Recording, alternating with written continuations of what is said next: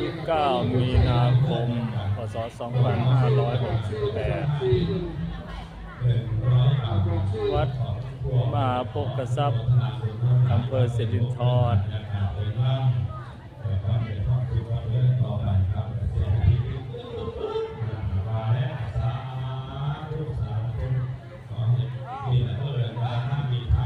ญาติธรรมที่มา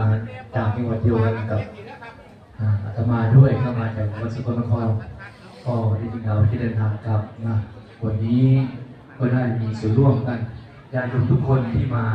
และพระภิกษุสงฆ์ทุกรูปนี่แหละที่ได้มาพ่อแม่ครูบาอาจารย์ทุกรูปได้มาร่วมกันวันนี้จะได้ถวายหลวงพ่อสำเร็จสันเพชรประธานพรไว้ในพุทธศาสนาทุกผู้ชมพร้อมแล้วก็พนมมือขึ้นจังโมสามตัวจังพร้อมกันเด้อนะโมตัสสะภะคะวะโตอะระหะโตสัมมา